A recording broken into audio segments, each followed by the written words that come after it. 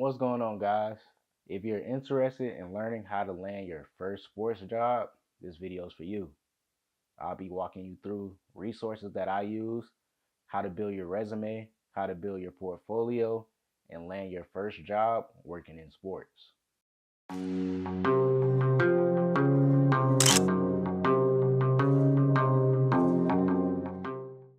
If you're new here, I'm Zach. Hit that subscribe button, leave a thumbs up, leave a comment. Let's get straight into this video about how I landed my first job working in sports. So if you're like me, you're somebody who likes sports their whole life. You played sports your whole life. I played baseball, basketball, football since I was 5 years old. So I always knew that I wanted to work in sports, right? I went to undergrad at Clemson University. I actually got my degree in history with a minor in Pan African Studies. Crazy, right? But I did end up going to get my master's degree from Wake Forest, from the Wake Forest Documentary Film Program. And they had a specific track for sports media and storytelling. So I knew that would be perfect for me. I ended up interning with Wake Forest Athletics. I actually went to Wake Forest from 2019, and my program was supposed to end in 2020, but we all know 2020 COVID hit, shut everything down, pushed it back a year.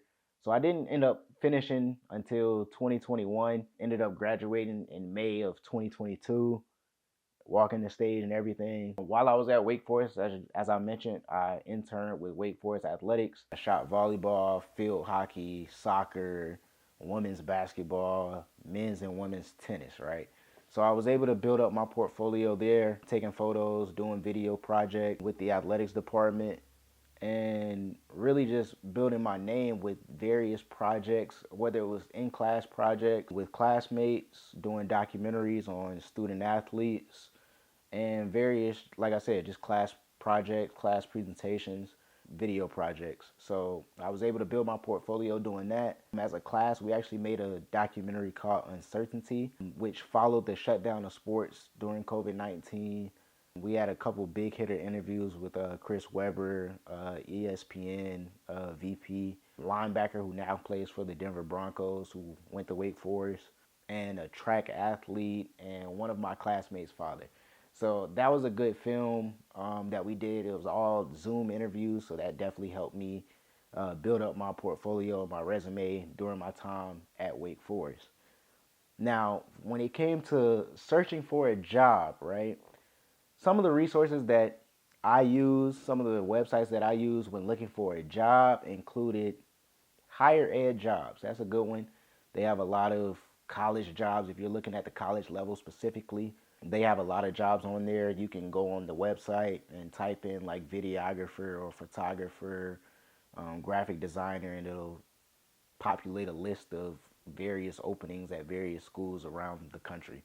Another good one is LinkedIn, of course. If you're a college student or a high school student, make you a LinkedIn account. It's free. You can't beat it. As you know, it's a good networking resource, social media platform for people that are not only looking for jobs, but just looking to grow in their field, make connections, reach out to people. Don't be afraid to ask questions on there. But that's also a good spot to also find jobs and locate jobs within the sports industry. The third one that I would say is Skull Spark. They do a good job of posting jobs throughout the year, various openings, specifically in athletics. And if you check out their Twitter page or their Instagram page, Skull Sparks, they post a lot of like graphic design content. So if you're ever looking for inspiration for graphic designs, you can go there, check out and see what other schools are doing, what kind of graphics they're making for, player of the week, schedule graphics, whatever you may be interested in. That's a good resource as well. And then the last one that I'll mention is D1 Sports Ticker or D1 Ticker Jobs, something like that. D1 Ticker something. You can Google it and find it. But they have a list of D1 jobs, D2 jobs. If you're looking for D2 jobs, it's just like D2 Job Ticker.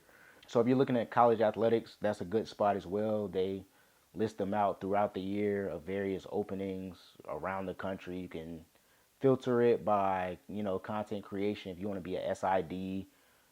But me specifically, I found the job that I landed my first job at. I found it on Higher Ed Jobs.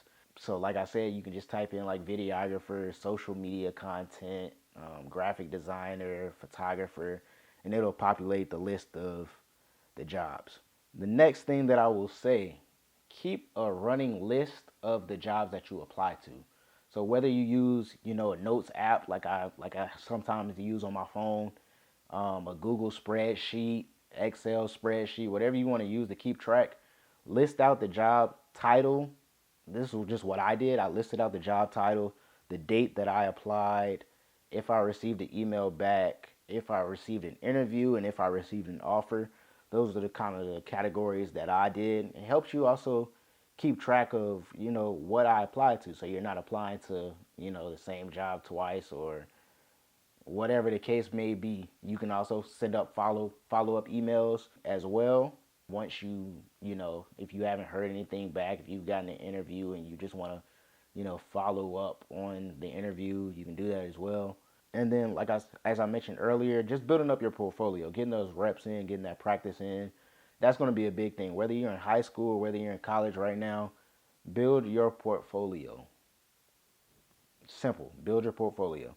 So whether that's you going out to, a local sports event, whether it's youth sports, high school sports, whatever the case may be, either reach out to that youth sports coordinator, reach out to the high school athletic directors to see if you can shoot the games.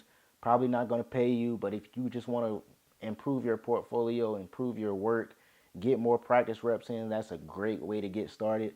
I still do that to this day, shooting high school sports, just to stay sharp. Not necessarily to get paid for it. I could get paid for it, but it's just a nice way to, like I said, to stay sharp, stay consistent, work on new things, try new things out, try different lenses, try different angles. It's a good way just to get reps in. You can never go wrong with practice.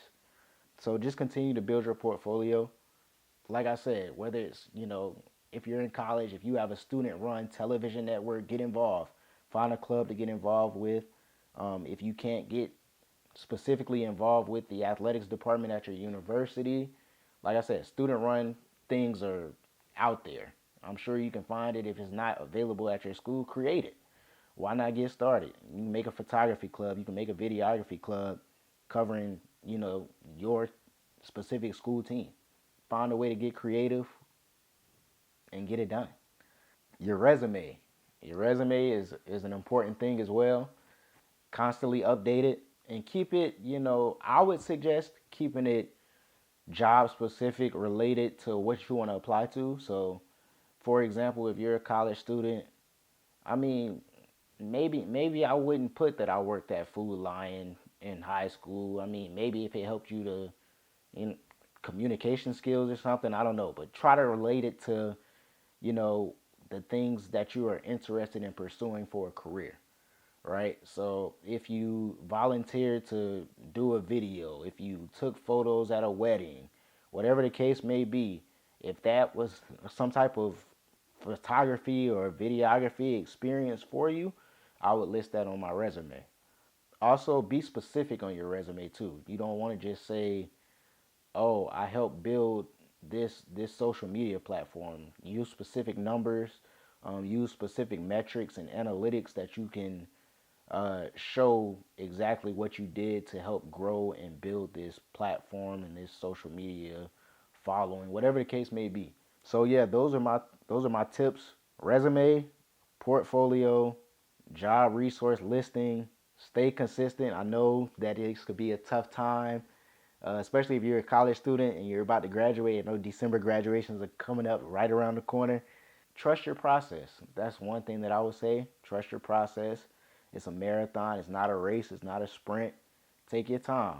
They cannot judge your story versus somebody else's story. My story is not going to be the same as your story. So take your time. Stay patient. If you need any help with anything, reach out to me. Leave me a comment below. And let's get it. The work continues. I'm out.